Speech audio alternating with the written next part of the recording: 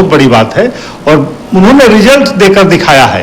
और अभी भारत को प्रगतिशील भारत, विकसित भारत बनाना है तो निश्चित रूप से सभी राज्यों को हम मजबूत करेंगे, चाहे हमारे गठबंधन के हो या ना हो, सभी राज्यों को हमने विचार किया है। और बिहार में विशेष रूप से सरकार की नज़र है। अभी जो भी विभाग मिले हैं, बिहार को पैरों पर खड़ा करने वाले विभाग केंद्र सरकार ने मंत्रालय दिए हैं।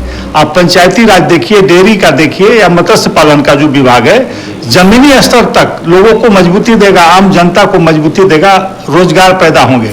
जो चिराग जी को विभाग मिले हैं अभी प्रोसेसिंग यूनिट का, तो निश्चित रूप से कल कारखाने हर स्तर पर लगेंगे। स्थानीय स्तर पर जो उत्पादन होते हैं उसके प्रोसेसिंग यूनिट लाए जाएंगे।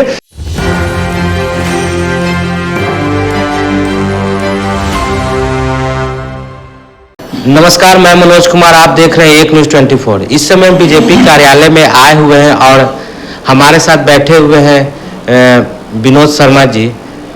सर, आपसे ये जानना हम चाहेंगे कि लोकसभा चुनाव का तो संपन्न हो चुका है, आगामी विधानसभा चुनाव में बीजेपी की क्या क्या तैयारियां हैं?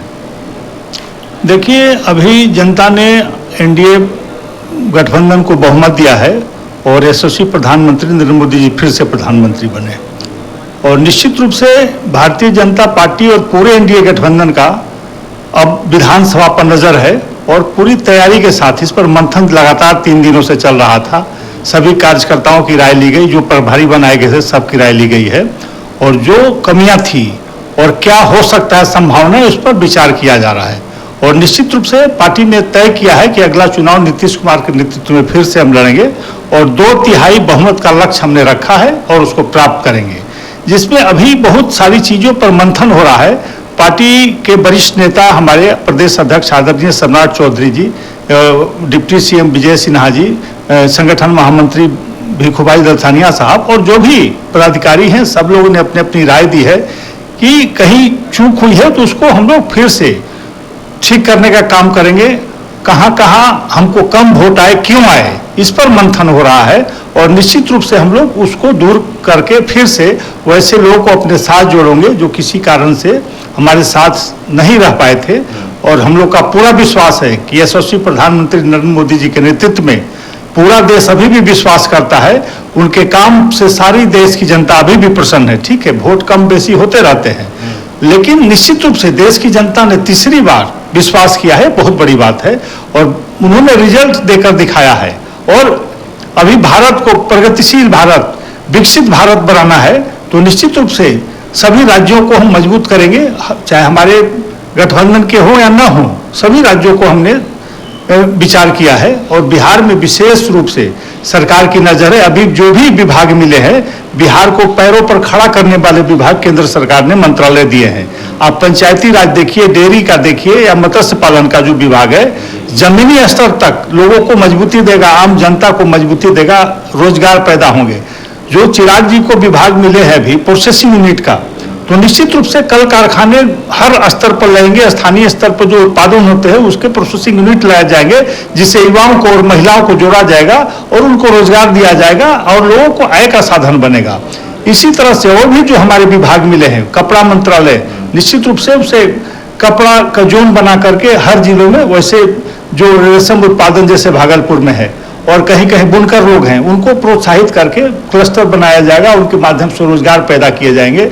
और भी जो विभाग हमारे हैं, जल संसाधन विभाग है और मांझी जी का जो विभाग है, लघु उद्योग, तो निश्चित रूप से लघु उद्योग को बढ़ावा बिहार में अधिक से अधिक देने का काम होगा और इसी माध्यम से हम किसानों को भी फायदा देंगे। जो उत्पादन होगा उनको, इसके माध्यम से हम उसमें प्रोसेसिंग करके बाहर भेजने का काम करेंगे, जिससे लाखों लोगों को रोजगार भी मिलेगा और बिहार सबल और मजबूत होगा। अच्छा, अभी जो हाल ही में उपचुनाव का जो चल रहा है, तो उसमें बीमा भारती जी जो राजद से उनको टिकट नहीं मिला है, तो उनके अपने पति को निर्दलीय रूप में खड़ा कर दिए हैं और अभी तक जदयू की तरफ से अभी सुनने में आया है कि कलाधार मंडल को ही टिकट मिला है, तो इस पर क्या आपका थोड़ा? देखिए, वो इंडिया गठबंधन का मामला है। वो इंडिया गठबंधन के टिकट पर लड़ी थी चुनाव और जदयू से उन्होंने इस्तीफा दे दिया था, तो स्वाभाविक वहाँ चुनाव हो रहे हैं, तो हमारा गठबंधन वहाँ मजबूती से चुनाव लड़ेगा। जदयू जो भी प्रत्याशी वहां देगा उसको हम लोग जिता कर लाने का काम करेंगे। और जनता भी ऐसे ही चाहती है कि ऐसे लोग जो पार्टी को बीच में छोड़ के भागते हैं, धोखा देते हैं पार्टी को, वैसे लोग को सबक सिखाना चाहिए। एक जो बयान है, जो बीजेपी के वरिष्ठ नेता है और जो कि हरियाणा के पूर्व गृह मंत्री भी रहे हैं, उनका नाम हुआ किरण बीजू, अनिल बीजू, उन्होंने कहा कि अयोध्या के लोग नास्तिक हो गए हैं, तो इस पर आप क्या कहिएगा? देखिए, अनिल बीजू जी की ये व्यक्तिगत राय हो सकती है, पार्टी की राय नहीं है। ठीक है, वोट मिलना नहीं मिलना कोई बड़ी बात नहीं। अयोध्या के स्थानीय जो लोग हैं उन्होंने बढ़ चढ़ कर वोट दिया हमारे उम्मीदवार को। अयोध्या प्रॉपर में अधिक वोट आए हैं, ठीक है, पूरे लोकसभा में कम आए, हमारे उम्मीदवार नहीं विजय हुए, लेकिन अभी भी अयोध्या क्या पूरे देश की जनता नरेंद्र मोदी से प्यार करती है, उनमें विश्वास रखती है। और जो भी अगर कहा ना कि हम जो कमियां हैं, जो मैंने किसी बात से नाराजगी है, उसको हम दूर करने का काम करेंगे, उनको जोड़ने का काम करेंगे और निश्चित रूप से फिर उसी विश्वास के साथ हम आगे बढ़ाएंगे, लोगों का विश्वास फिर से जीतेंगे। धन्यवाद।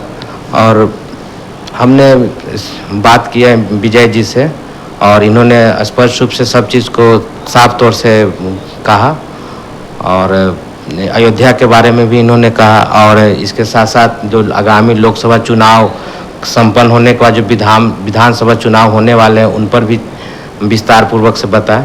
इस तरह की तमाम खबरों के लिए हमारे चैनल के साथ बने रहें। तब तक के लिए धन्यवाद।